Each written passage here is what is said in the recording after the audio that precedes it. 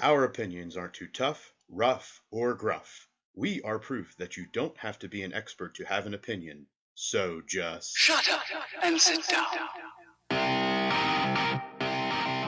This is Sports Stuff with Jim and Muff.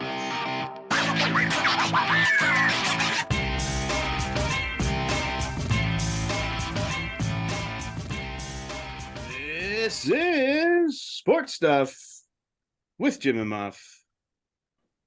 Plus every single one of the homies here tonight. Woo! All the homies. All the homies. One homie is out taking a picture. As we were leading up to this, we may have a future as a home renovation podcast. We'd probably get a lot of listeners with that if you think about it. Do some how-to videos. Our YouTube channel would blow up. It would. We could do how to, and then we'll let me do it, or Jim do it, and then we'll do how not to. And then we'll let Muff fix it. Exactly. Today is Monday, July 24th, and we are excited for the football season becoming one step closer. Teams are at training camps, everybody. Teams are at training camps. Well, if not everybody's there, is it still the team? Definitely more to come on some of those holdouts, especially a specific position group that is very unhappy right now. Very upset. I today had that overwhelming feeling of, man, I wish this was an NFL Sunday. And it was the first time. Yeah. And I think I was like, didn't have a whole lot going on today. So I was doing projects around the house, and I was sitting there thinking, man, if I could have NFL Red Zone on in the background right now, this would be great. Yep, I agree. That's one thing. Go ahead, Nate. Soon enough, Alex, we just had the local high school all-star game kickoff in the state of Ohio. High school is 25 days away. I know. It does. It makes me feel good. 25 days, Nate. Where are you at week one? TBD. Not really, but okay. Not supposed to say, but okay. Somewhere. Gotcha. We're gonna get Nate fired one day. Nate will be on the field in 25 days. That we know. Do you do any scrimmages, Nate? Yeah, I do. I'm waiting. We haven't had our first local meeting yet. Okay. We have our West Virginia State meeting come up this week, and then our first association meeting will be the week after, and that's where we'll sign up for scrimmages. That's fun. Do you have what is your goal at a scrimmage? Like teams, the football teams have their goals. What is an umpire and referee and officials goal? So with me being on a new crew this year, I think my first goal would be pre-snap communication with the guys I'm working with, and then really just to get acclimated to the speed of the game again. Yeah, that would probably be training for Nate. Nate, do you outrun sprints right now? You run 10-yard sprints? Not. No, I just wrapped up baseball season on Friday, so I've been taking it kind of slow the past couple of days. So I'll probably try to get back in the gym a little bit, maybe middle of the week. Probably need to do more cardio just to get ready for football, because it's going to be miserably hot the first probably 3 to 4 weeks. Yeah. You ain't wrong. Get the beanbags ready. Shout out to any new listeners and our returning loyal listeners. Remember, follow us at Sports Jim Muff on Instagram and Twitter, as well as Threads. SportsFW /Jim Muff on Facebook, on YouTube. Subscribe, comment, review, poke, like, tickle. Get the bell on. Get the bell on YouTube. Our football. Interact. Shots, explosives. The football talk will start to heat up this week as we cover the NFC West, continue our discussion on trending college football topics. Northwestern, I'm sure Jim has some more Tennessee discussion to come into play. Oh, God. And other sports topics, including the Open Championship at Royal Liverpool over this past weekend and the start of the Women's World Cup. USA. I know. Also, Jim, what conference this week is the Helmet Challenge? It is the MAC. And I realized that I was hinting at Marshall. Marshall's not in the MAC. They should be, but they're not. All other West Virginia schools, they're in the wrong conference. Dum. Alex, any thoughts? Nope. I just said, here we go. That's all I got. All right. I mean, tell me we'll get into this, but tell me I'm wrong. You're not really. I mean, there's arguments that could be made. I know that you're doing it insultingly and not actually, and that's why I have to make that face. don't know that I am, honestly. I think that the West Virginia schools make no sense where they're at, and that's legitimate. So 2 of them. Are there more schools in West Virginia? That was just funny the way you said it, like they were like 15. As far as Division I schools, yes. Okay. All right. Might be able to talk. Our update on the Pittsburgh Pirates. Pittsburgh Pirates are now 43-56, wrapping up their series against the Angels this past weekend, where they actually had the opportunity to face Shohei Ohtani on Friday, right? That's what they need. Was that home or away? It was in LA. Oh, I was like, Muff, if you weren't at a game with Shohei, like I really question you. I don't keep up. That's tough, right? For me, I don't look ahead far enough to realize that something like that could be happening. Yeah. So that would be one of those like, oh, this is happening. Oh, I gotta go, I guess. No surprise, the Pirates lost that game. I think The Pirates 8-5. also lost today. Yeah, they lost today. But Oh, yeah. to talk about something positive, this has nothing to do with the Pirates, but Shohei Ohtani. For a little reference on what Shohei Ohtani has been doing during his time in the major leagues, we've talked about him before and how he's, pretty freaking awesome. Comparing him to Babe Ruth through 674 career games, he has 160 home runs to Ruth's 159. And Ohtani's win-loss record is 35-19 through 455 innings pitched, compared to Ruth's 35-18. So these are all-time legendary stats and numbers, let alone the fact that he's doing this playing both ways. Not both ways, but pitching He's an in. impressive ball player. I can't take it away from him. Yeah. Impressive ball player. There's talk of if he's going to be traded before the trade deadline, but all signs are pointing to he will not be in LA after this year. Who's Well, I going to mean- take him? Well, that's the crappy part too. Is our Major League Baseball just released their 2024 schedule, and the Angels are supposed to come to Pittsburgh next year, which he probably won't be a member of. Mm. Maybe the Pirates will get him. Yeah. Okay. What would you Yinzers do? I would shit my pants. Yeah, there would be. We wouldn't. It would be unreal. They would just start selling out the whole stadium just because people would want to go watch him. You guys wouldn't know how to react. No, No, I I wouldn't. agree. That's, I mean, that's fun. they win like maybe once every 5 days for sure, or at least there's a better opportunity. Yeah. I mean, I'm excited. he'd be their number one pitcher coming in. Well, let's do Without some doubt. kind of rain dance. Maybe Shohei to Pittsburgh. Just keep telling them we got a short porch to right. All you got to do is just get it up in the air, put it in the river. Good.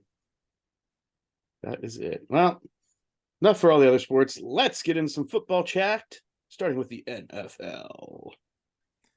Is this still Get the off? pumped. Is this the off season, Jim? Is this like the off season excited off season, angry excited? What are we doing right now? We're at training camp, right? Yeah. Yeah, this is the off season. Was that the intro? This is the like off the season. realization this is the off season. Yeah. Is this the off season? I'll say, at least to me, I think it's the off season until the Hall of Fame game. Yeah. Which is only like 2 weeks away. And it's the season. And then Jim gets angry with his off season or Yeah. excited. I'm not sure. Yeah. He craps in his pantalones when he does My it. El Pantalones. That's it. Jim's getting ready for the Spanish broadcast in Right. Mexico. We have breaking news. Breaking news. The Washington Commanders have finally been sold. It's a good thing. Oh. Damn time. Took forever. Took a lot of things, but it's finally happened. The sale becomes official, but not before the final chapter in Dan Snyder and the Mrs. Snyder's reign comes to an end. As it was finally released, I hadn't seen this number yet. If anybody else did, tell me. I did not know. That Snyder officially, per the reports, withheld $11 million from the other owners and was fined $60 million. But keep in perspective that they just sold the team for $8 billion. So he's still going to have to pay, yes? The 60 mil, yeah. Okay. Yes, that was, I'm sure it's already done in principle. I mean, when you just sold a team for $8 billion, they might just dock 60 mil off somewhere there and just be like, yeah, this is coming to us. Right. But That's pretty good ROI. I think they bought it for hundreds of $1 million before.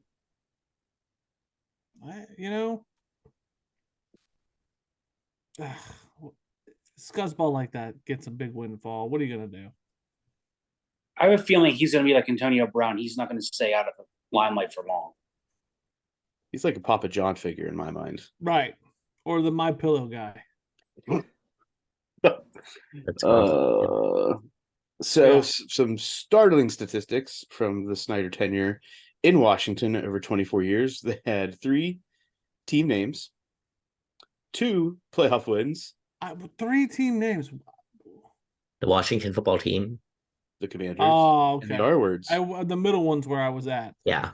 The Washington football team. Got it. That's it. Only 2 playoff wins in 24 years. Mm-hmm. And they only had 2 first-team All-Pros during that time. See, that number there surprised me. They did have a lot of guys. Yeah. Sean Taylor is probably one of them, right? I didn't check to see who they were. I just saw the stat. I'm just trying to think of guys that growing up watching that were actually good for them. I mean, Sean Taylor, like you said, obviously. Then you had Santana Moss, Clinton Portis, RG3. I don't think he was an all-pro. I don't know if he was. I don't think Kirk Cousins was until maybe the end of his career there. Yeah. You said a lot. You didn't say a whole lot of names, Nate. No, I'm trying to think of the other one. Because I'm trying to think back to that commercial where he like put his hand to the drywall. Chris Cooley. Okay, yeah. But then who's the other guy who's a linebacker? I swear he played in the league forever. It felt like. So Champ 24 Bailey. years ago was when? 99. Okay. Oh, so what was the name you said? Champ Bailey. Did he play with them for a little bit? Brandon Sheriff? Sheriff. Yeah, he was there for a while. That's your one in 2020. No, I'm thinking of, was it London Fletcher? I just told you the one in 2020. Well, and there was one more. Yeah, that's what I'm looking for. Yeah, this is Pirates-esque. I don't see another one in this list. Unless Sheriff made it 2 years. No, it was only once. I don't know. Maybe it's a defensive player. Hold on. Defensive player. Maybe it is London Fletcher, Nate. That's all pro, right? First team all pro. First team all pro. That's one. All right. Continue the research. I don't think there is anymore. That's a pretty reliable source. They could be wrong. Now there's Pro Bowlers.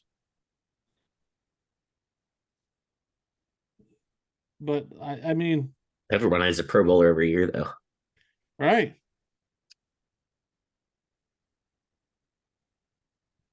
All right. Well, as NFL, I'm calling bullshit, Muff. I think there's only one. Okay, buddy. I'm just telling you, I did not come up with that number on my own. I pulled it from somewhere. I just forget. Where'd you get it from? It was something on Instagram that I felt comfortable putting down. I forget exactly the source, but I felt Can't trust good about Instagram, Muff. Can't trust it. We will see. As the NFL training camp starts, we always chat about who may be sitting out, coming back from injury, waiting on contracts to figure themselves out. This year, no different, specifically within one position room, and that's the running backs. And they are now working together to try to fight back against their perceived contract and money issues against teams in the league. They were rumored, but I believe the rumor has been confirmed at this point. They planned a virtual call over the past weekend to discuss what they can do together. Revis Island. Yep. All right, let's get to this running back thing. I want to just dive into this real quick, strictly from a business perspective. Okay. Well, do you need to lead in with anything on the business perspective? Yeah, I'm about to, Muff. Okay. Pump the brakes, bud. Okay. NFL owners can pay, given the contract situation that the Players Association agreed to, can pay rookie running backs on the cheap. That's all players on the cheap now. But in this situation, they can play rookie running backs on the cheap. The lifespan of a running back is shorter than most player positions. Right? Yes. So if I can pay 3 to 4 years on the cheap to a guy coming in, why would I offer big time money for that 5th, 6th year on a big deal running back that's part of the Zoom club when I can hire the next best thing on the cheap? That's just smart business. That's capitalism. And if your player association allowed that to happen, why are you blaming the owners? Right. And I did see that the NFLPA did say they were going to have a representative on the call. They did. But they are not getting too involved with this because then it would seem like they're preferring or showing more favoritism towards a position group over others. Because they're a union. So if they favor one, whatever they get for one takes away from the other position. Right. They allowed this to happen. So how can the running backs be mad at the owners? How can they be? I mean, they're just mad because they're not getting more money. I mean, sure, but that was designed by everybody. Right. Now I've seen, okay, let's change the pay structure based on performance for running backs. Again, you can't do that because this is a players association. What's to stop everybody else from getting paid that way? And now you're talking about reinventing the wheel with the owners. Get ready for a lockout. Bingo. So a little bit of perspective. No running back has signed a long-term deal worth at least $10 million per year since Nick Chubb did so in 2021. Which is 2 years ago. Right. But you typically see every year there's a new deal. So who deserved it last year? Let's see. That's right now the 3 running backs that are being discussed are Saquon Barkley, Josh Jacobs, Austin Eckler. I think is part of the discussion, but not so as much because I forget how many years he has left on his deal. There's a third that's eluding me right now. I think that the problem is it's a shift in the way the game is played anymore. I mean, it's hold on. Okay. I was with you on that argument of who deserved it. I agree with you. No, but here's let me finish. The game is less like ground and pound, like Jerome Bettis type style, like football. I feel like there's a lot more like air it out, fancy one-handed catches than there used to be. But that's by design because of the contract money. Am I going to go shove a running back down people's throats and risk hurting my investment? Or am I going to spread out the love across the board? Yeah, I don't disagree with you. I don't know if that's the argument for why, Jim. If you're getting running backs for significantly cheaper than you're going to be getting wide receivers, wouldn't you want to beat them up as an investment? Like if we can just pluck not these guys up. Not year 1, not year 2, towards year 3. Yeah, sure. On a rookie deal? On year 3. Because now I invested. That is an investment. Whatever money I gave them in year 1 is an investment in year 1. I'm not going back to the draft pool every year. Right? Mm-hmm. Now, if I'm beating the shit out of them in year 3, that makes sense. It's like a car. I'm riding it till the wheels fall off. Once you drive it off the lot, it starts losing value. Exactly. The lease is up at the year 3. Right. And Tony Pollard was the other running back that's being discussed in this light with Josh Jacobs and Saquon Barkley. I think Saquon Barkley and Tony Pollard are the only ones I'd be discussing. Let's look at this from a fantasy perspective for a hot second. We all draft our teams in the Muff League. Who was the running back from the Colts last year? Taylor. Yeah, Taylor. And Dalvin Cook, right? Those were the two in our fantasy leagues that were like our guys. Sure. I mean, Austin Eckler was the guy, but I'm talking about 2 years ago. I'm sorry. 2 years ago, Dalvin Cook. Christian McCaffrey. No, because he got hurt. That's proving my point. Well, The two guys, he does not prove your point. Just he does. Hold on a second. not fully. This one point I'm trying to make, Muff. Okay. 2 years ago, we had two running backs that were our studs. The next year, they weren't even on the map in fantasy. The wheels had fallen off. They had gotten hurt. Okay. So why invest big money in these guys? I don't disagree with anything you're saying. I'm just the second contract is the thing. I mean, that's where this comes down to. It's not the rookie deal because the rookie deal is set. Like you can only earn up to a certain ceiling. It's the second contracts that come into play. So I mean, I get what you're saying about year 2, 3, whatever it is. Like, oh, we're just beat him to the ground because we're getting somebody new next year anyway. So Saquon Barkley, has come out and I don't know how important this is to the situation, but the Giants did sign James Robinson ahead of going into their camp. So, I mean, they're preparing, I think, a little bit more, depending on Saquon Barkley's holdout. But Saquon did come out and, say that he does have the leverage. He's not planning to, just say, screw off Giants. He's trying to do what's best for him. And he's part of this whole deal. And obviously, Josh Jacobs is also not reporting to camp for the Raiders. So this will continue to be a conversation for as long as they hold out. And I don't see any of those two between Barkley and Jacobs pulling the Le'Veon Bell. I don't care if they do. If I'm either one of those teams, I don't care. I don't Saquon, think I like Saquon, hard runner, good dude. How much have you contributed to the Giants in your rookie deal? well, it's because he's always hurt. If he wasn't always hurt, probably a lot more. Last year, he pretty much played the whole season, and he was very pretty much. But was he? There? He was the team, Jim. If you're looking at their stats, that was my point. But also hurt, Muff. Last year, no. Okay, Muff. He did get hurt. He has been hurt. I don't disagree. He did get hurt. But then he came. He wasn't out for a significant time, but he did get hurt. So did everybody, probably to some degree.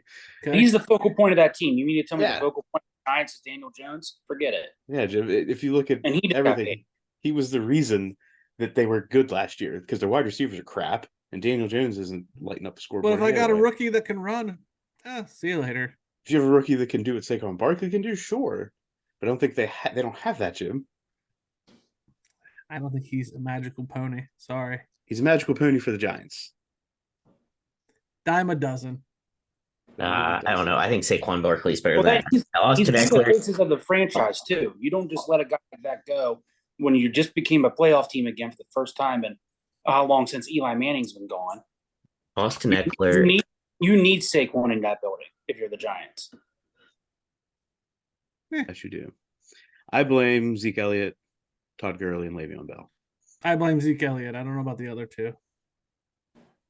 I definitely blame Zeke. Todd Gurley, Jim. You remember where Todd Gurley played? Yeah. Do you? But I think Zeke set the market. He was the Ram, wasn't he? Yeah. Zeke was part of the resetting the market. So was Todd Gurley and Le'Veon Bell. His whole situation obviously had an impact. I think Zeke set the market and Le'Veon showed you what to do when you didn't get your way. Yeah, look at how that turned out for him.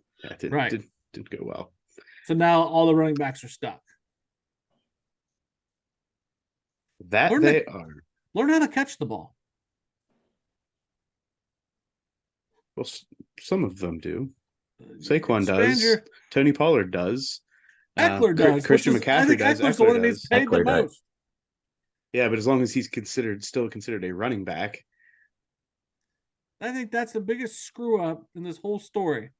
Chargers pay the man his money. Oh, you want them to pay him? Yes, that's the guy who gets hurt. Screw it.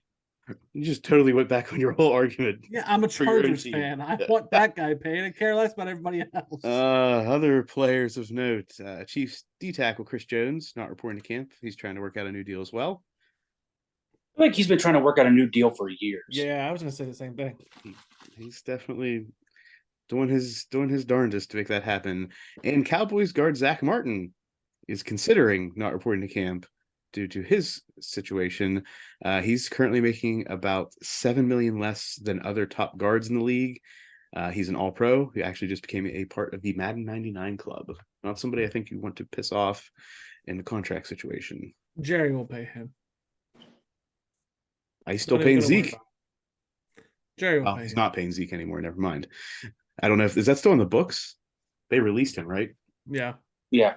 There might be So- some money there, but Yeah. I don't think Yeah, not that much. And in the Raiders camp, Jimmy G passed his training camp physical, not going to be placed on the PUP list after going into the season this year, suffering a Liz Frank fracture in his foot last season, Alex. Mm-hmm. You know anything about that?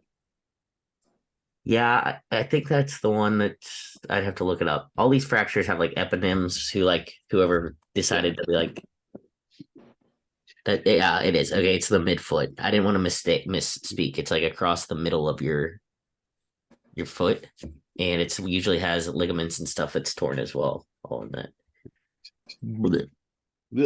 Any other interesting news before we get into our breakdown of the NFC West? Is that a no? no, I thought I don't. Thought I saw something else NFL related, but I don't think I remember. So this week's NFL division breakdown is the NFC West.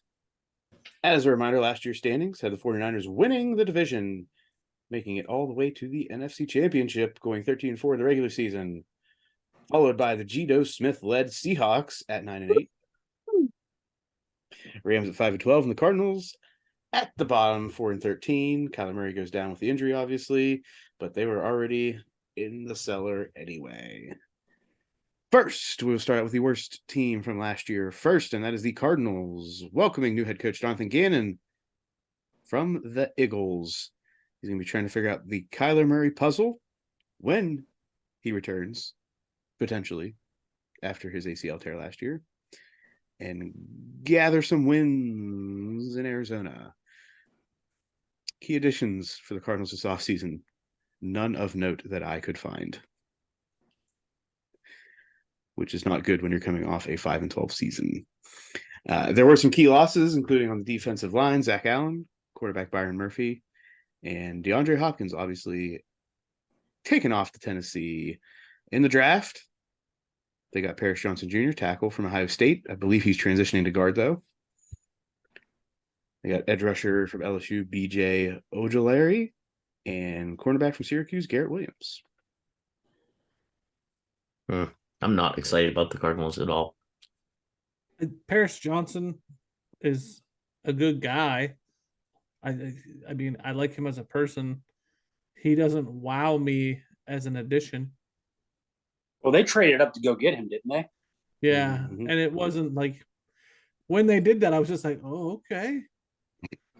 He's a good guy, but he ain't got that dog in him.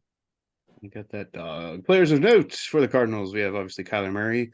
When he comes back, Colt McCoy is currently listed as the backup and number 1 on the depth chart coming into the season, or at least in the training camp. You got James Carter. Still trying to figure out if Kyler Murray's brain is scrambled. Is that what his injury was? He No, tore ACL. his ACL. You're talking about Tua. Sorry, I get him Tua mixed is- up. Wide receivers, they have Marquise Brown and Rondale Moore, which doesn't help the situation. Tight end Zach Ertz, and they have Buda Baker in the defensive backfield, but he's also in a contract potential situation to be discussed. Cardinals, poop last year. Things are not looking good this year either. Yeah, Especially whenever you have a freaking war horse like the Seahawks in here.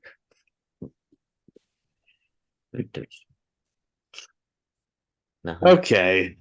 Nothing. Okay, we'll get there, Alex. Don't worry. Surprised that was enough. We're going to the Rams next. The Rams are going to try to recapture some of the magic from their Super Bowl season after a tough year, while squeezing as much as they can from Matthew Stafford and defense that on paper should be a top unit in the NFL. Key additions, they picked up wide receiver DeMarcus Robinson, and a lot of the additions that they can't make are because they're still recovering from going all in on their Super Bowl 2 years ago. So there's not a lot. I don't think they have a lot of money to float around right now. Key losses, they lost Bobby Wagner and Leonard Floyd in the linebacking core and Jalen Ramsey in the defensive backfield. Yeah, they're deep. Secondary is going to be rough. The defense is going to be rough. But I think that, their draft additions were nice. In the draft, they got TCU guard Steve Avila, Tennessee outside linebacker Byron Young, and Wake Forest D lineman Kobe Turner. Again, when we do about the drafts, it's just the first few rounds.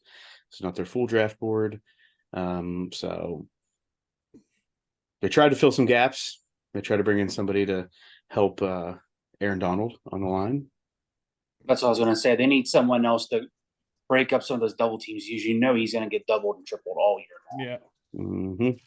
And other players of note on the Rams roster is Matthew Stafford, obviously quarterback, Cam Akers at running back, Cooper Kupp and Van Jefferson at the wide receiver positions, Tyler Higbee at tight end, and obviously Aaron Donald on the defensive line. Higbee is trash. He's not significant. Take him off there. He's trash. It's just because you had him in fantasy and you expected big things, Jim. He is garbage. Straight garbage. I think everybody on that offense was garbage last year. No, don't talk shit about Kupp. But I don't know, Jim, when you're 5-12, do you have much to talk about? Yeah. Higbee stats carried some fantasy teams. You said he was garbage. Kupp. Sorry, Kupp. I'm still sorry. Cooper Kupp's fantasy stats were great. Tyler Higbee is shit. As far as tight ends, he's not the worst. It's probably top 6, but he ain't he's just now cracking 6. Yeah, he's one of the top guys in the league, but he's still trash. Yeah, still trash. Don't draft him, is what I'm saying. I mean, Jim's just wants to get him. Jim's going to reach for him this year. Jim's going to reach for him. I was going to say, I feel like Jim's using mind games. Yeah. No, Jim's going to reach for him and get him in the 5th or 6th round. No, not even going to snag him. He's going to do it. Don't worry. Nope. He's still sitting there in round 7, 8, 9. Just be like, ooh. No, he won't. Jim's using him as a keeper. No. Ooh. No. Ooh. I didn't set those keepers. Thanks for reminding me, Nate. Well, yeah. Crap. I still have to set up the league, so don't worry. I was going to say, I didn't do anything yet, right? League is not set up yet. I got the email to set it up. I just haven't done it yet. Do that, Muff. Moving on to the Seattle Seahawks. Trying to build on their strong season last year, which ended up in a loss to the 49ers in the first round of the playoffs. Geno Smith hopes to post another strong season after finding resurgence in Seattle last year. He didn't get popped in the mouth like he did in New York. Yeah, I have big hopes. You sound confident, Alex. This is more confidence than you expressed for the WU, but if I'm overconfident though, and it goes bad, I'm gonna have to hear about it from Jim. If I stay neutral-ish, excited but neutral, I can run my mouth. Yeah, he's doing good. Right. Additions for the Seahawks included linebacker Devin Bush, center Evan Brown, and D lineman Draymond Jones. Key loss, Cody Barton from the linebacking core. I think they'll be all right. Now they're about to find the pain that is having Devin Bush in your linebacking core. Yeah. Pain. In the draft, they picked up quarterback Devin Witherspoon from Illinois, wide receiver Jackson Smith and Jigba from Ohio State, edge rusher Derek Hall from Auburn, and running back Zach Charbonnet from UCLA. I think there's some weapons. I think later in the draft, did they get a receiver too? I think.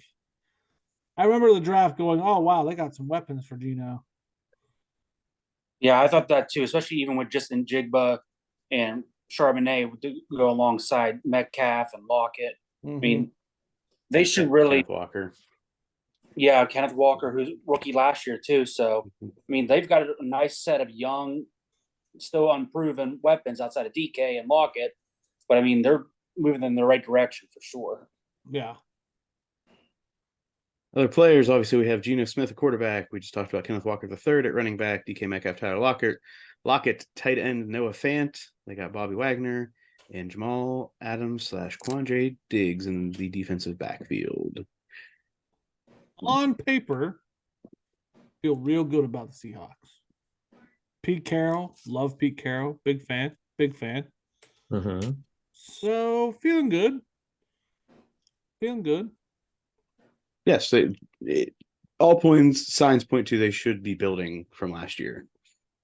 I think this is a real test for Geno this year. I would agree with that. Like, was it a fluke that he had a good season, or is Yep. it? Yeah, Yep. actually, yeah. Well, yeah, I agree. they definitely overachieved given their preseason outlook last year, going 9-8. I think they're predicted last in the division. Mhm. Yeah, I can So- understand. So yeah, they got to go back and win probably at least 10 games, or if not more, this year. Yeah. That's fair. All right. And last, we have the winners of the NFC West last year, the 49ers, who obviously had their season end on a disappointing note at the hands of the Eagles in the NFC Championship when they weren't able to put the ball in the air for the majority of the game when Brock Purdy went down. The theme this year will be, can the QB position continue strong play? They don't have to be throwing it around the field all day. And the question will always loom as long as he's there. Will we ever see Trey Lance under center? No. Gonna have to probably sit on the Nate fence there and say, yes, I agree with Nate. Yeah, I don't, not in a meaningful way. Yeah. Only if people get hurt or in garbage time. Yeah, Yeah. like it won't be because they think he's the best option and they put him out But there. then is your choice Sam Darnold or Trey Lance? Of those two, I'd take Trey Lance, but Right. Yeah. Darnold's, I think, Brock Purdy. depth chart 2 right now. I get it, but gun to your head, who are you taking? Right now, I think I'd have to go Darnold just because of the experience of snaps in the NFL. See, okay, but he has experience. But like the other side of that coin is he's had chances and not really done anything super exciting. He's I definitely just- 2 for me. Trey Lance is 2 for me. I'm sorry. I think Darnold, I'm not going to say Darnold would be, any type of talent, anything crazy on the field, but I think in the system he would fit in better. I'm not going to say that he's better than Trey Lance could be, but I think that Darnold could find success if he's thrust into a role. Yeah, And success is not losing the game, not that he's throwing for 400 yards. Fair. but So, what's that, Alex? about the team. It's about the team in San Francisco.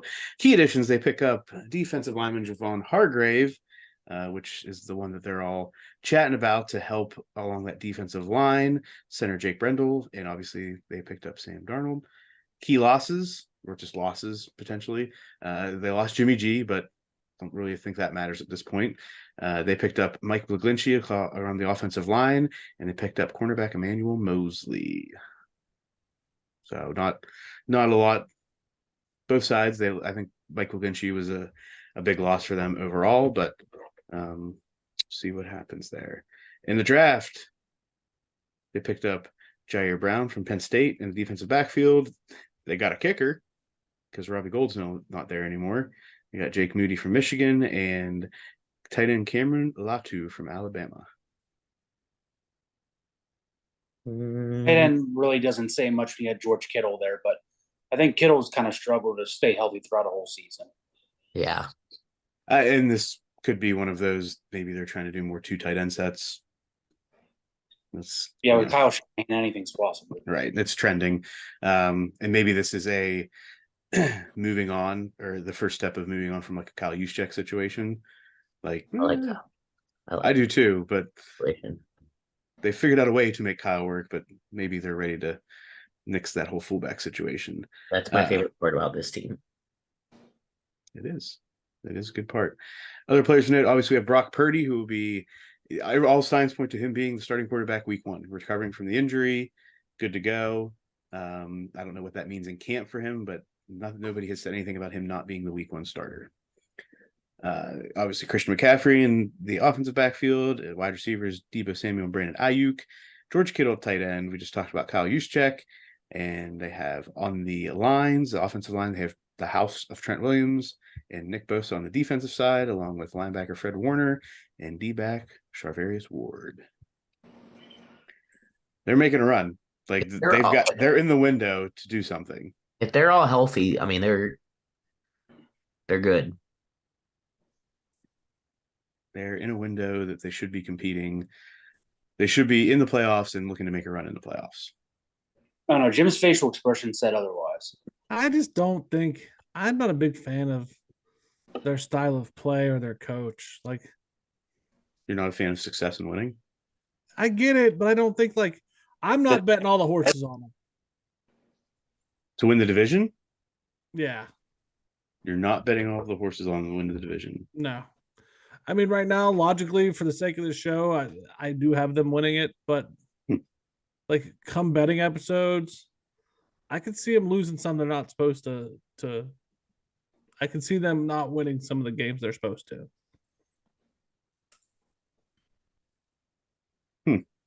Remember this, everybody. When we get to the betting and Jim starts to bet the 49ers when they're winning.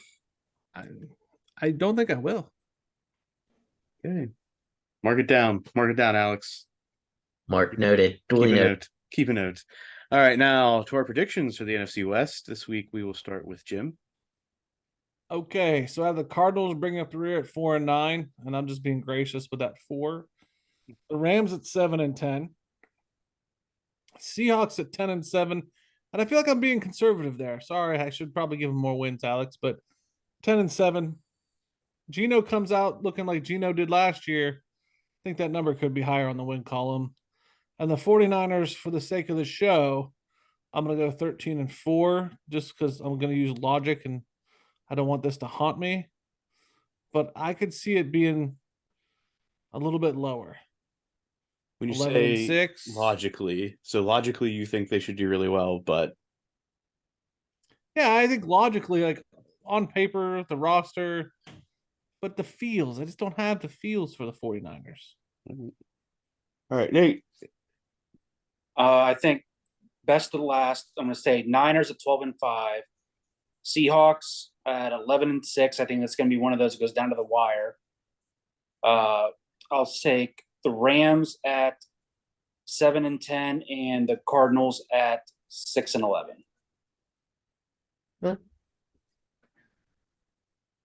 I would go bottom of the barrel, Cardinals 5-12. That's even a stretch. I could see that going 3-14. Yeah. If they win over 3 or 4 games, I'll consider it a good season for them, just how they look on paper. Rams 6-11, which is maybe low. They could go either way. They could surprise me and have, an 8 or 9 wins, but 6-11. Seahawks 11-6. And the 49ers, I have 12-5. And that's another one that is really going to depend on the first couple weeks and how they look and if they stay healthy. So I don't feel super confident about my records, to be honest, because I think there's a lot of variables. But I'm interested to see who our team is week 7 when we're sitting in the NFL season. Who are they really good, or are they just getting lucky? Or that's what each new season brings us, new unanswered questions. New unanswered questions. And I have the Rams bringing up the rear at 5-12. I think this season the wheels fall all the way off for the Rams. I think this is that time. The Cardinals at 6-11 at 3rd place, the Seahawks at 9-8 in 2nd place, and the 49ers at 12-5. Muff's a Cardinals stan. So he is. Tyler Murray, whatever his name is going to be our best friends. If Aaron Rodgers retires, that's his next boy. The bigger question for this show is how many times are we going to have to Muff, bet the Cardinals. We know it's coming. Well, no, because that went out the season last year. I hope so, because remember, we're looked at this now, and we all said, well, the Cardinals suck. Well, Kyler Murray's not going to even be back until probably week 5 or 6. Is that when you're going to start betting it? No, because they don't have to watch him. Okay. Believe me, Jim, there's no reason to bet Colt McCoy. All right. Unless I'm betting the Cardinals team total under. I'm gonna hold you to it, Muff. That mean you can't bet the They- Cardinals either? Oh, I'm not. Alex, write that down too. What they always say. That's what they always say. All right, that wraps up the NFC West. Next week, we're going to chat about the NFC East, which brings us into the second part of our football discussion, going to the college ranks. Before we get into some heavier topics, first, Coach Prime's son, Shador Sanders, bought a Maybach with his NIL money, to which Dion said, it wasn't like this when I was in college. I pose a question to the group. If you had $1 million in NIL money and you were in college, what is one thing that you would buy no matter what? Like, I'm going to buy this. It doesn't have to be $1 million purchase, but what is the one thing that you would buy? I think I'd buy one hell of a spring break trip. That's a good point. That would be a good one. I'm buying a Jeep. Yeah. So you're going the vehicle route? Yeah. Alex, are you going the vehicle route as well? Yeah, I lean vehicle route. My other thing would be buying like a nice condo or something, depending on what city I lived in. Like, could I get out of living like in a dorm but live really close to campus in a nice condo? I don't know if they let you do that or not, but I'm sure that if that's not, an option. if not, a nice truck. Yeah, right. Because I got to think, if you're a Division I college athlete, you've got the opportunity to get meals, right? Especially at a major program. Yeah. Like all of your basic needs are covered, aside from if you wanted to get something nicer in a house situation or an apartment or whatever you're going to get. You have access to elite level training facilities. But you're assuming, right? You're 37-year-old Muff, 38-year-old Muff doing the thinking. Right. And I'm just saying, like, from the perspective of those types of things, like, I'm not saying buying food, but like, do I need a personal chef? Yeah, Muff, but again, you asked us if we were in college. When I was in college, I had two things on my mind. One came in a bottle. Yeah. And so, like, I'm going to assume, okay, I'm an elite athlete. I need to put that shit on hold. The bottle's gone. Okay. The next thing is women, Strip club. right? So I got to do everything I can to not blow my money. So what am I going to do? I can't go to the strip club. I'm going to Why buy not? John Morant does. Yeah. James No, Harden I'm does.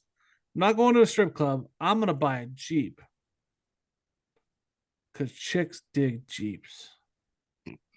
Chicks dig the long ball. You know, I'm not a Jeep girl. If a hot young football player with a top off drove by you, it would catch your eye. I don't understand the hype on them. It would catch your eye. I don't know. Okay, let me put So it this way, that's- Sam. Football player, shredded, shirt off, driving around campus. Jimmy G. Jimmy G driving around campus with the top off after practice with no shirt on. You ain't gonna look, That's hot, but I'm not going to look at the car. but you don't have to because the Jeep made it accessible to see him. Okay, I'll give you that. Thank you. Yeah, I gotta go with, I'm probably gonna be purchasing a vehicle of some sort. I don't know what, but it's probably gonna be the vehicle route. I think that yeah. Part of me, you see, like now I'm like, I would just pay off my 4 years of college. But that's irresponsible Alex talking, not And that's not $18 college, Alex. million. I know. That was a college Alex. College Alex is not worried about it. Mm-mm. Now Like, that I would like to think that I'm going to walk up to the smartest kid in the business department and say, make my money work for me. And we go to some financial advisor together. And then I make that kid super rich and my agent. yeah. But that's not what I'm going to do. Yeah. Those moves aren't happening when we're 19. No. Somebody's gonna tell us that we should be doing those things, but we still won't do Absolutely. it. And we better pray it's somebody that we like or Right. like we listen to. Because it's not going to be my parents at 19. No. I'm going to need some old head coming to me going, hey, son, this is what you need to do. All right. Next, SUNY Morrisville installs black turf. I'm with black Nate in that football group field. chat. Nate put it best in that group chat about the heat. You're basically melting yourself. Why? I don't. Why did somebody think this was a good idea? From a marketing standpoint, it's cool as shit. Your feet are gonna hurt so bad. But you're on fire. You get hot. I get hot feet on grass. A lot of freaking, or I shouldn't say grass. I mean green turf. I don't know. I probably got it on grass too. I'm kind of wimpy, but I mean black turf. I understand how this gets eyes on you, but like to what end? That's going to make even the stands are probably going to be warmer because just the heat coming off the field. Yeah, I would I would think. think, yeah. I mean, I would be curious to see because I've seen it before where they talk about the heat on turf, like take one of those thermal guns and see what is it on grass versus what it is on black turf on like an 80-some degree day. yeah. I mean, that's almost as bad as Eastern Washington's red turf. No, thank you.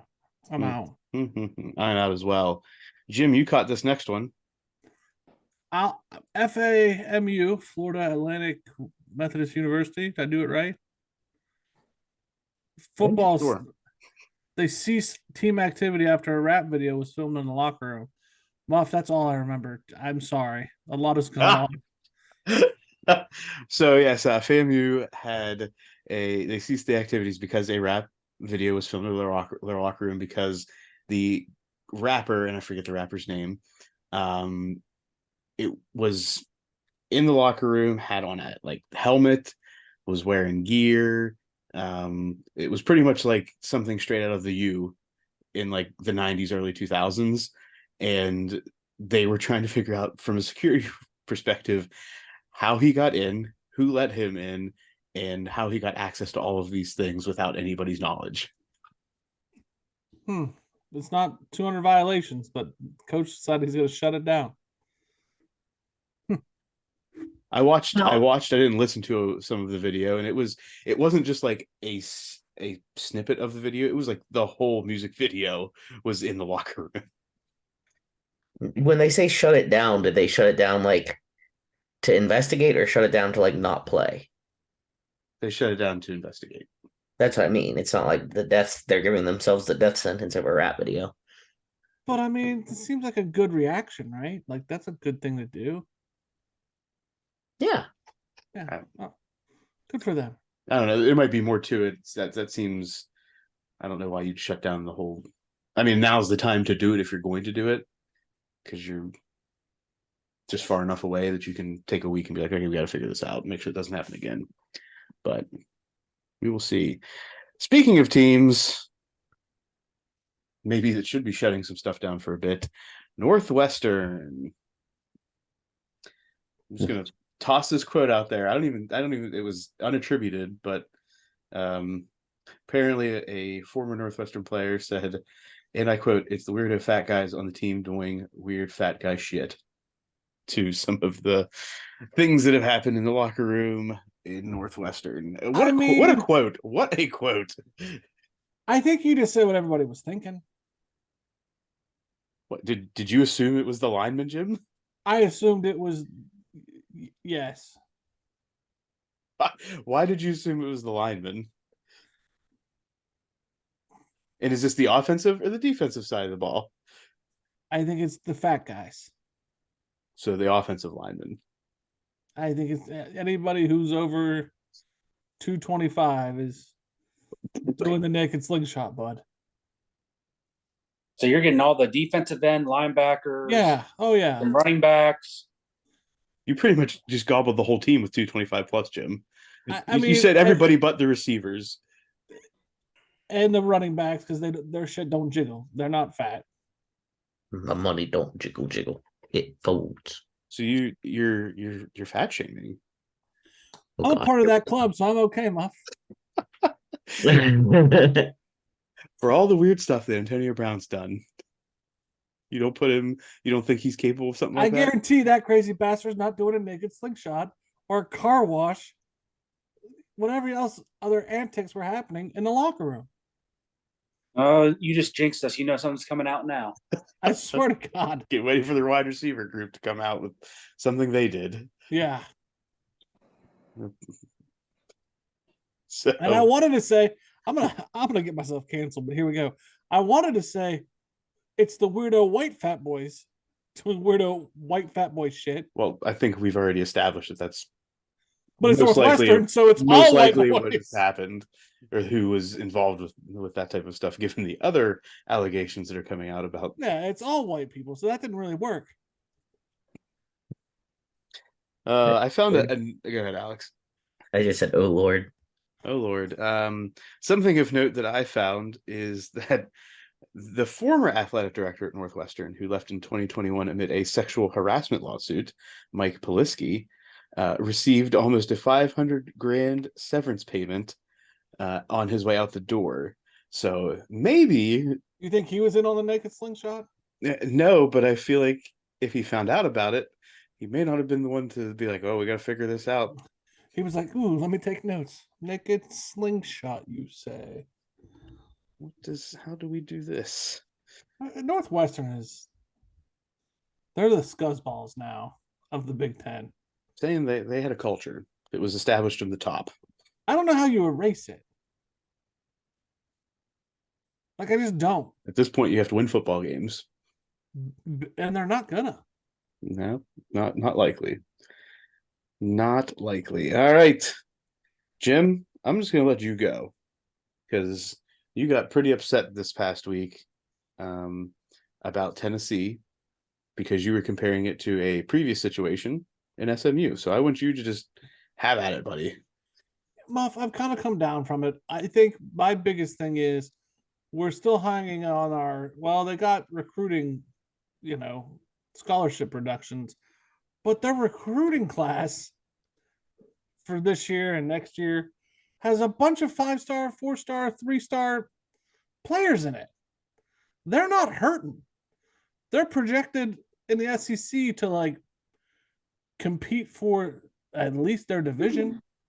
Well, it's because if they've stayed relevant and they've stayed good. If they had a bad season last year, I think we'd be not having that.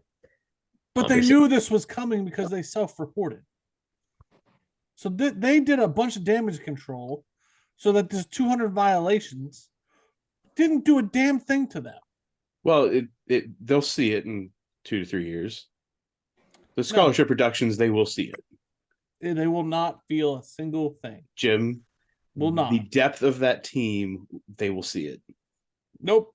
Not with NIL. That's what happens. No way. That's what happens with scholarship situations. Any more you may not see it. You may not see it in year 1, but year 2, 3, and 4, you're going to start seeing the depth. Hey, bud. With injuries, here's $1.5 million. 5 of that can go to your education, and $1 million of that can be your screw around and buy a car money. Welcome to Tennessee. So they're gonna get 5 stars to walk on. Yeah, with NIL deals. Yeah, this ain't gonna mean shit. And the whole reason that you guys gave me, the difference between them and SMU is, well, they repeatedly did the violation. They got cited and did it again, cited, did it again. Where's the line? SMU was constantly on probation and was doing it. Tennessee's 200 violations and self-reporting doesn't give anybody a chance to go on probation. Tennessee is now in the situation where if they continue to do any of these things, yes, there will be other things that go down. But we've changed the rules since then where paying for players is okay. I agree. That was part of my point last week. It's ignorant. I still advocate for the death penalty for Tennessee Volunteers. Well, I also want to bring out, just because Jim and I were watching the same 30 for 30 this past week when this conversation was happening, is a Yinzer from Pennsylvania is the one that took down SMU. Well, I wish they'd take down Tennessee. They're saying that Yinzers do good things. No, Alex, he's the player that put it out. Oh. And was the reason that SMU was let me rephrase that, was the one reason that they could point to that SMU was paying players. Who? He was a roided out Yinzer. Gotcha. He belonged on the concrete or the roof crew, not on the football field. Gotcha. All right. That wraps up our football chat this week. Well, while we're on that, Muff, let's talk about that poor suspension for John Burke. Well, Jim, I wasn't going to talk about it because you didn't want to play games with Tennessee. Yeah, but let's talk about how she got suspended. Just like as a my hope is that Jim was going to go off on his rant. I wasn't going to do that, And but I do be want able to to talk get about into that. this. We're getting dangerously close to it. In Whitfield, which is Western Pennsylvania Interscholastic Athletic League basketball, in girls basketball, head coach Jonna Burke was suspended for 1 full year for a recruiting violation by sending a direct message on Twitter to a player's parents, a DM, to a player's parents saying, these are a couple quotes, "I'm really impressed with your daughter. I've seen the highlights she posted and love her athleticism. If you have any interest in Shady Side Academy," which is where Jonna was coaching, "I'd love to have the opportunity to talk to you guys about it." No offer of money. No nothing. An interest. You're done for a year. It's cool. So if we can have this level of accountability at the high school level, that was going to be my shtick.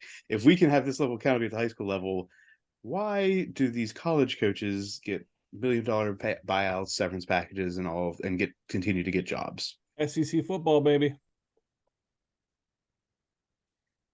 And they because there's a whole economy around college football. I agree. That's why.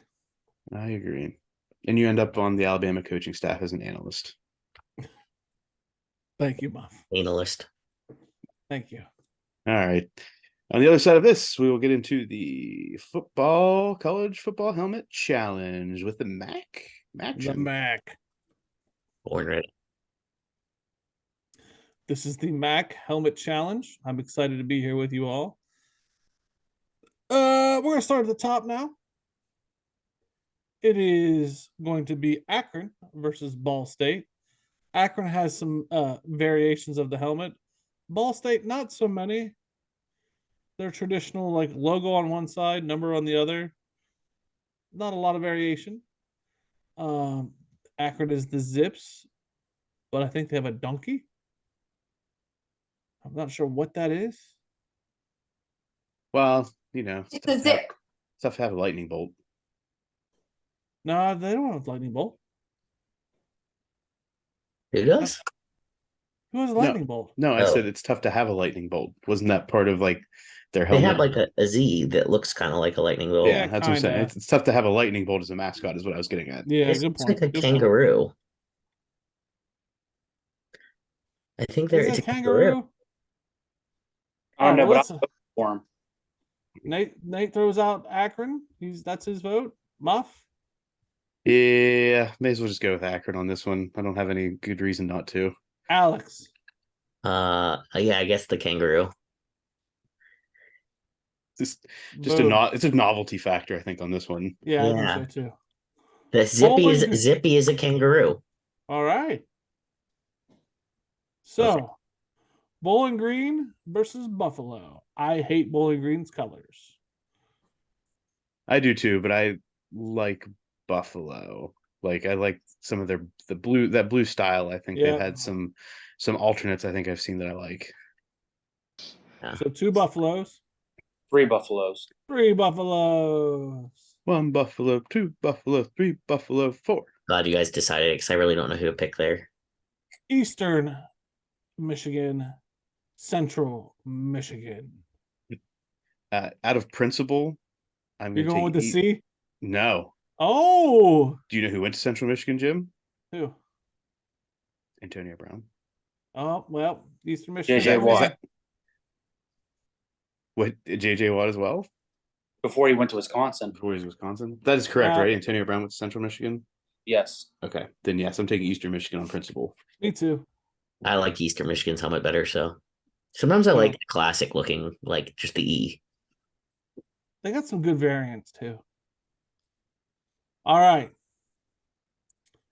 This is one of the good ones. Kent versus Miami of Ohio. I like Kent's helmet. At the tail end of that little bird thing they got, it looks like a lightning bolt. They have some variants on it. Big fan of Kent. I will second the vote for Kent. Yeah, I'd take Kent over Miami of Ohio. So And they're in. Yes. Okay. This is a big matchup, star matchup of this tourney here. Northern Illinois University versus, Northern Michigan. is that the Salukis or is that Yeah, that's Southern Illinois. Southern Illinois? They're the Huskies, I variants believe. Yes, they are. The variants on these, both of them, fantastic. Matte black for NIU. The Stallion logo variant for Northern Michigan. Very cool. If you do some research. Just looking at those two helmets, I'm going to go with Northern Michigan. I thought you might. That's Northern Illinois. Wait, no, Northern Michigan. I got you. Gotcha. You mean that's the Mustang? Is that Western Michigan? Yeah, my fault. Western Michigan. I was like, I'm looking up Northern Michigan. I'm like, this says Wildcats. Yeah, you're right. I'm with the tan helmet.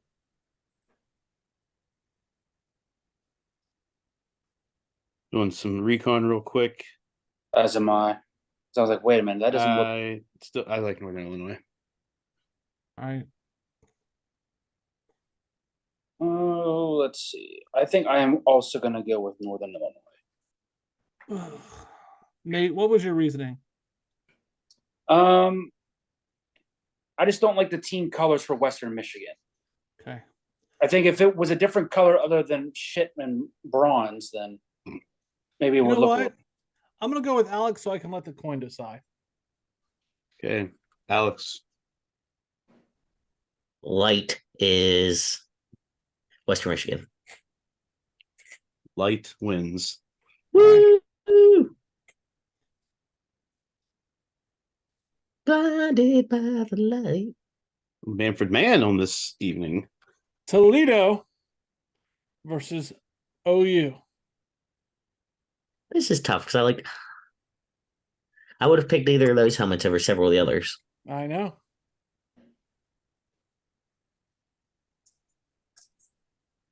I think I'm going to go with Toledo. Ooh, I'm OU. Yeah, I'm Toledo. They've got a nice faded helmet that has like a, I don't know what you call it. Metallic OU helmet though. I don't know. I like the matte blue Toledo with the It rocket. is nice. I was going to say I do like that. I think I'm going to have to go to Toledo too. I was trying to talk myself into Ohio just to make it a challenge, but I think I stay with my gut. Okay.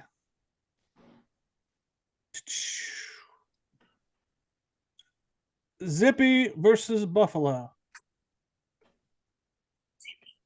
Sam says Zippy. You were just supposed to vote and just go along with it. Well, I was going to vote for Zippy anyway. I think he's cute. Yeah, I like the kangaroo. Zip the kangaroo. Muff. Oh, give me 1 second to. I'll make it easier for you. Zippy goes. I like Buffalo. I know you did. That's why I'm Too bad. Get out of here, Sam. Third Michigan versus Kent State. Well, I'm gonna go with Kent State. I'm gonna go Eastern Michigan. I'm going to go Kent State because the Eastern Michigan one's boring. Kent State. See, I kind of like boring sometimes. I think that's my problem on these things. Like I like a classic look, like clean. Toledo, Western Michigan. Toledo. Sorry. Toledo. Nate? Toledo. Is that an all Ohio final? There's not a final yet. There's 3 teams, Jim. This bracket's garbage. All three are from Ohio. But Toledo, what are we gonna do now? Is this a 3-way final? Toledo caught the bye. Is this a menage a trois? Okay. Toledo So automatically gets to be in the final. they're automatically in. Why? Why don't we do a 3-way? How do you do a 3-way? We just pick one of the 3. We see if we have a consensus. If we All right, that's what we'll do. 3-way, menage a trois. Toledo.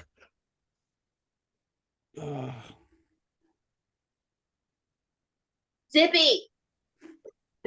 Who do we have? Toledo. Kent. All three Ohio MAC schools: Toledo, Akron, Kent. I'm gonna go with Kent because they can't read and they can't write. They have to be able to win something.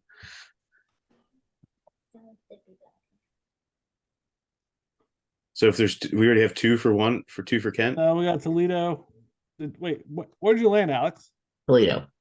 Yeah, Toledo. No. Kent.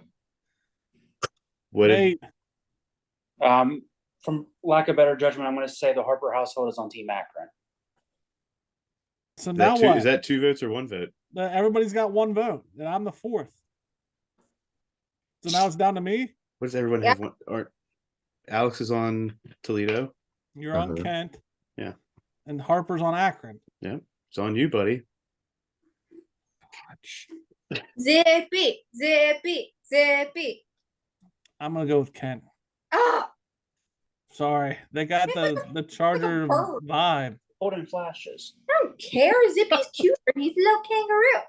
Kent makes it, and they are the champions of the MAC. The champions. We are the champions, my That's friend. some weird little teams in here in the middle here. Who's next So, week? The Mountain West. Ooh. And for those of you that need to know who's in the Mountain West, give you a little preview. In the Mountain West, Air Force, Boise, Colorado State, Fresno State, Nevada, New Mexico, San Diego State, San Jose State, UNLV, Utah State, Wyoming, and Hawaii. Hawaii.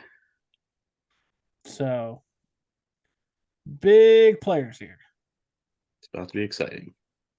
Yes, sir. Tune in next week for the Mountain West Conference College Football Helmet Showdown. I think that. On to other interesting news in sports, unless Alex has something he wants to add. Nope. Nope. Not even a little bit. Nope. I was just gonna mention that I think when we slide the helmets over in our bracket, we should make them a little bigger each time. I agree. Okay. Good It was just critique. some feedback. Yep. And I will adjust. Yep. If you have any feedback about the College Football Helmet Showdown, Keep it to yourself. I'm just kidding. That was mean. let us know in the DMs and Twitter. We will not be suspended for receiving and or sending the DMs. Well, depends on what those DMs are. That's very true. Alex is questionable. Yeah. Open mind with caution. Nate's had success in the DMs. Ooh, get him. I don't know, have I? What? Listen, I'm trying to write a very important paper over here. Mm-hmm. Mm-hmm. Just not in agree. Sure. Interesting news in sports. Starting in the soccer world, the Women's World Cup started and the U.S. grabbed a 3-0 win over Vietnam in their first game. There has been some discussion. This is early on, so we will not have too much to chat about. I haven't really looked into much more, but I did see some discussion that this year is the first year it's been expanded to 32 teams, and there was concern about the early quality of the matches and would it suffer. A little bit of history. The Women's World Cup started in 1991 with 16 teams, increased to 24 in 2015. This is the first year with 32 teams. I have not looked at a lot of scores to know if this makes any difference, but if there would be an issue, if you were seeing a lot of 5-0, 6-0, 7-0 scores, would this make you concerned about the history of 32 teams in the Women's World Cup? Well, just looking at some scores right now, the only other score that I see that's out of whack is there's a 5-0 final, Japan over Zambia. Everything else is 1-0, 1-0, All right. 3-0, Spain over Costa Rica, 2-0, 1-0, 1-0. Okay. Or for you soccer fans, 1-0. There were 8 countries that were making their debut this World Cup: the Philippines, Ireland, Zambia, Haiti, Vietnam, Portugal, Panama, and Morocco. At the time that I read this, 6 had already played their matches, but none had won. In fact, none of them even scored a goal yet. But these are not lopsided scores as people with that opinion would have thought. So I think we're good. Lionel Messi started his career in Miami and did not disappoint, netting the game-winning goal on a free kick outside the box. Headed into the left corner. Welcome, Lionel Messi, to the MLS. He then signed the game jersey and gave it to Kim Kardashian's son Saint after the game. In other news, his career is over. Because he just got associated with Kim Kardashian. Yep. Got Only bit. he did. There was a video circulating shortly after he arrived in Miami with his family. I think they were in like Costco, just shopping around. People didn't realize it was him. So I don't know if he's that type of person or if this is the big difference between like being a star in Argentina or in clubs or being in the US. Yeah, it's not the same as it would be the same if an NFL player who was a really big one over there, they might not be recognized by everyone. Well, there's a lot more things to do in Miami than check out your local Costco to see if a MLS player's hanging out. That's true. I'm just saying the fact that he went to Costco with his family. Right. That was more of, I think, what was surprising to me. Not that maybe people didn't recognize him, but the fact that his wife, and I think he had 2 kids, went on a run to Costco as a family to do that. That doesn't seem like, best player in the world type of things that would happen. I don't think it's going to happen much more after that. Now he's been spotted. You're right. He's about to be getting all that delivered or sending somebody out to do it. In the golf world, in the Open Championship, also known to you lay people as the British Open, Brian Harman takes the claret jug at Royal Liverpool in a 4-day stretch that ended on Sunday in the traditional elements with wind and rain on Sunday in England. Go ahead. Alex actually watched golf, so I want to hear Alex's opinion. I did. I watched today, the last few holes for everyone. And there was something about like watching him golf, and he does the same thing every time, which obviously is good. But it's like this, like he like does this wiggle, look up, wiggle, look up, wiggle, and he does it, but it's so unpredictable. Like I don't know when he's gonna hit it, and I couldn't tell if it was driving me nuts or made it like another layer. Like when's he gonna hit it? When's he gonna hit it? Are you gonna institute the wiggle? The wiggle. No, probably not yet. I don't think I should institute anything outside of making solid contact with the ball and hoping it goes straight. Just so we know, it's more officially termed a waggle. Oh, is it really a waggle? Yes, that's actually the term. Leave it to Muff. They, in fact, were keeping track of how many times he waggled the club. They were doing a counter on him because he does do it more than anyone else. Others. It's very obvious, even to the non-regular golf watcher. Yes. And he does have that element of surprise. It's like, oh, is he gonna swing? Is he gonna swing? Is he gonna swing? Yeah. That was my biggest takeaway. I mean, other than he was cool as a cucumber. No, yeah, Brian Harman, not a household name by any stretch. He's a lefty, which is always interesting. When lefties win, not interesting that they win, but it's cool to see a left-hander win because it doesn't happen as often. And he was the leader going into Friday. I mean, I rephrase that. He was the leader after Friday, after Saturday, and after Sunday, and pretty much had a 5-shot lead from after Friday on. So he did not falter, although there were a lot of opportunities for him to do that, and he won by 6 strokes. And he becomes the oldest first-time winner at age 36 since Sergio Garcia won the Masters in 2017 at 37.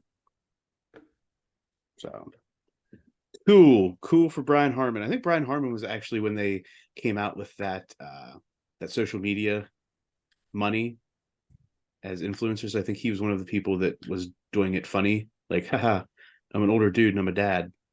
I'm gonna try to be funny on Twitter. I think he was one of those guys. So that's funny to me. He didn't get anywhere with it, but I think that's about most that anybody else would know of him.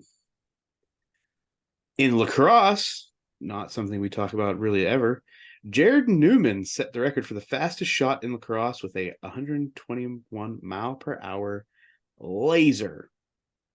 So that's fast. Question I have for the group is, what amount of money would it take for you to stand in the net to try and block this as a college lacrosse goalie, which is different than professional? What am I wearing? So college lacrosse goalies wear the helmet. They have on shoulder pads. And that's about it, Jim. They have a cup. I'll take how much money? How much money would it take for you to attempt to block this? I'm not saying you have to take it like off the chest or anything like that, but he's just going to shoot and you have to try to stop him. You have to be in the goal. 100K. 100K. Yeah, I was going to say 50 grand. Yeah. As long as you give me all the protective equipment and give me a steel cup if it's coming out 121. Oh, hell yeah. Well, the reason I said you have to do the college because the professional league, lacrosse league, those guys are suited up like NHL goaltenders. Yeah, they look like the Michelin Man. Right. That's why Yeah. I'm saying this. You have to do the college. You don't get all that other stuff. That's why it's fun. Oh, Because yeah. if I was sitting there like the Michelin Man, I'd say that it doesn't take much. Oh, 100K, I'll do it. Mhm. And that cup is not only going to be steel, but like I'm put spray foam in there too. You insulate. I would let it dry before you put it down there because I would be real unfortunate to try to get off the shower. I'm gonna do whatever it takes. Yeah, I'm gonna go with for 121 mile. I'm gonna say I need at least 150. Maybe I'm But like he might miss too. You know what I mean? Like I don't know. Maybe I'm a turd. I just figured 50,000. Alex, if you get hit by that in like your leg, you remember they don't have leg pads. shin guards. No, you're Right. taking it. If you take But you that gotta one figure off the quad, And Muff said we just gotta stay in there. So like I'm gonna turn sideways. I said you have to attempt to block it. Like you have Have to you give a seen full-hearted me? attempt. I'm trying. With turning sideways would not be attempting. That would be actively working against blocking it. I would just be like my hands out there, Muff. If I what would if love that hits Well, your remember, Jim, they do hold a stick. It's Yeah. not like a hockey glove. Maybe I overestimating being able to whack it away with the stick. 121 miles an hour, Alex? So that's another thing that hurts. We went to my cousin's game. What was that, last year or 2 years ago? Last year, and both of them said one of the most painful things of lacrosse is getting whacked in the forearm by those sticks. Oh, Mm. fuck. Yeah, Jim. If you Yeah. turn sideways and that hits your forearm, it might be broken. I'm okay with that. I'll take a broken arm for 100K. Okay, we know Jim's cost. Like there's places I don't want hit. Obviously the testicles. I don't want hit in the knees. I don't want hitting the heart. We've seen what that's done. Right? Mhm. Yeah. Yeah, that's the other thing, Muff. I think I should be allowed to wear that heart protector thing. You have, sure, you can wear a heart protector thing. You already have on like shoulder pads. Yeah, I'm Like still the wearing the test- heart protector thing. Okay, that's fine. Okay. Jim's not gonna be able to walk. He's gonna stop the goal because he has so many pads on. He's so big. It's just No. I just want the heart protector, the shoulder pads, and the cup And the helmet. and the helmet. Like, because I don't really care if it hits me in the helmet. You know, I don't care if it breaks my hands, my fingers, my arms. That'll heal. I don't want to hit in the knee because knee pain sucks. I think it's going to hurt more if you get hit in the side of the knee as opposed to on your kneecap. I think I'll be all right. I don't want to hit Jump straight out of the dead way. on. I just don't want to hit dead on straight in the knee. What do you think? It's going to like hyperextend your knee if it hits you in the kneecap? It's gonna hurt. It's like a thing for me. I don't know, Muff. 121 mile an hour, it just might. Yeah, I guess if you're straight legged, there's an opportunity, but I think if your legs bend at all, you're okay. Also, getting hit in the quads dead on is not going to feel great. I think getting hit in the side of your quad's going to hurt more than you get I'm hit okay dead with on. that. I'm okay with that. Okay. Yeah, well, everyone's got their price. Nate, did you state a price? Yeah, I said 100K with Jim. 100K. All right. All right. Whoever put that in there, have at it.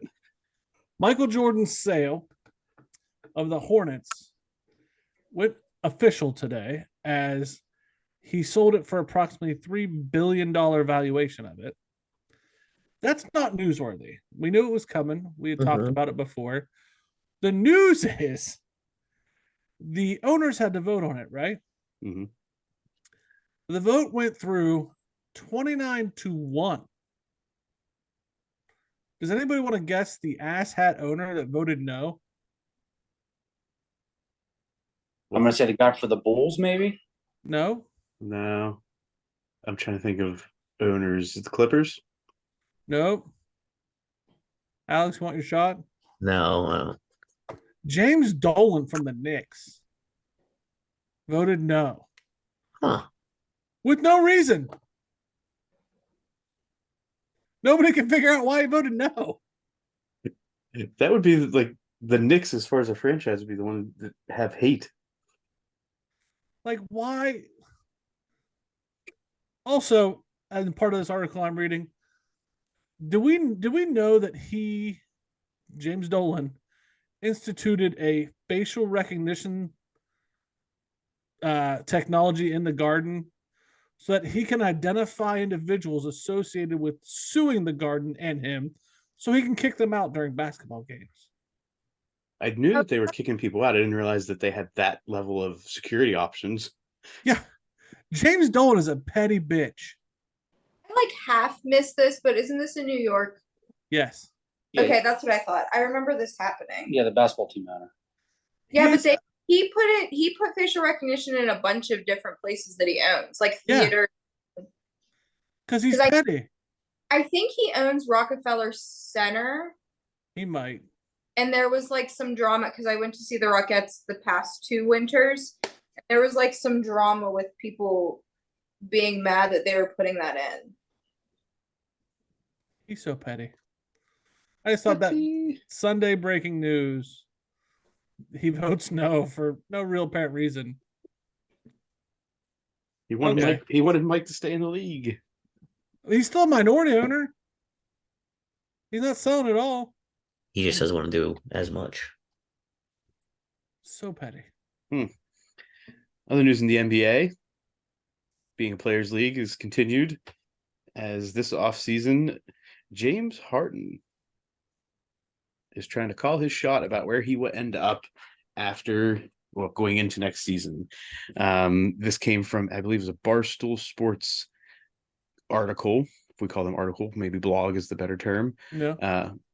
But part of the article was saying that no matter the Sixers' wishes, Harden still intends to play for the Clippers during the 22-23 season, according to some league sources that went to Yahoo Sports. Since the beginning of this, Harden and his representatives have opted to pinpoint LA as his next destination and believe that it will get done. There's been no trade conversations of any substance for Philadelphia and Harden, and the front offices are saying that Harden's not going to get away from going to LA for this one.